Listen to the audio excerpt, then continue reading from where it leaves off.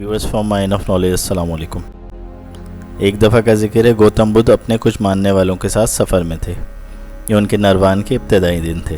दौरान सफ़र वो एक झील के पास से गुजरे तो वहाँ पड़ाव डाला। बुद्धा ने एक शख्स से कहा, मैं प्यास महसूस कर रहा हूँ, झील से पानी ले आओ।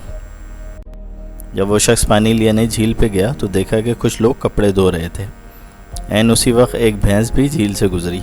इस वजह से पानी गदला हो गया। उस शख्स ने सोचा, ऐसा गंदा पानी मैं कैसे बुद्धा को पीने दे सकता हूँ। वो वापस पलटा और बुद्धा को बताया कि पानी बहुत गदला है और पीने के लिए मौजू नहीं है। बुद्धा ने कहा, थोड़ी देर दरख्त के नीचे आराम कर लो। आधे घंटे बाद बुद्धा ने उस शख्स से दोबारा कहा, मेरे लिए झील से पानी ले आओ। वो शख्स झील के पास पहुंचा तो देखा झील पुरसुकून हालत में है। साफ़ सुथरा पानी बह रहा था, क्योंकि अब ना कपड़े धोने वाले थे, ना ही भैंस वगैरह थी।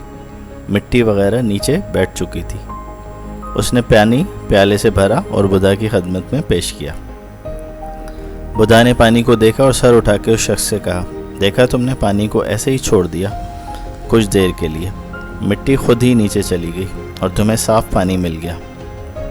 तुम्हें कुछ कोशिश नहीं करनी पड़ी।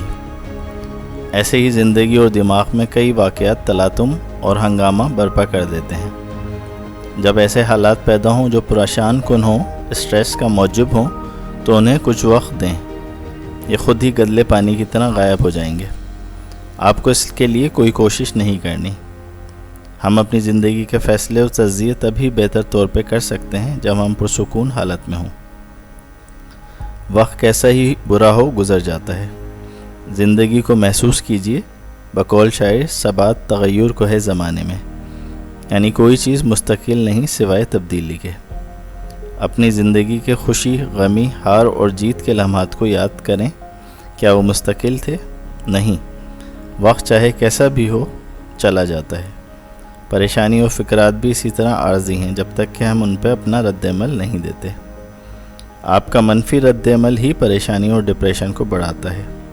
लिहाजा जब भी बैरूनी हालात आपको परेशान करें तो उसी झील का तसव्वुर करें जिसमें तलातुम बरपा है। अब इसमें मिट्टी के बैठ जाने का इंतज़ार कीजिए और आप देखेंगे कि कुछ ही देर में आप जिन चीज़ों पर परेशान हो रहे थे वो गायब होना शुरू हो जाएंगी, बिल्कुल मिट्टी की तरह, मड की तरह। इस सिलसिले में अपने मसाइल लिखने की आदत डालें किसी डायरी वगैरह में। आप कुछ अरसे बाद जब इन मसाइल को पढ़ेंगे तो हैरान रह जाएंगे, क्योंकि वो मसाइल वक्त के साथ खुद ही हल हो जाएंगे। इसका मतलब हरगिज़ ये नहीं कि हम अपने मसाइल की हल की कोशिश ही ना करें, बल्कि अपने मसाइल को कुछ वक्त देना सीखें। ख़ासकर वो मसाइल जिन पे हमारा कोई बस नहीं, उन्हें रब सुब्हानहू व तआला पर छोड़ दिया करें। आप इस तरह से सुकून पालेंगे।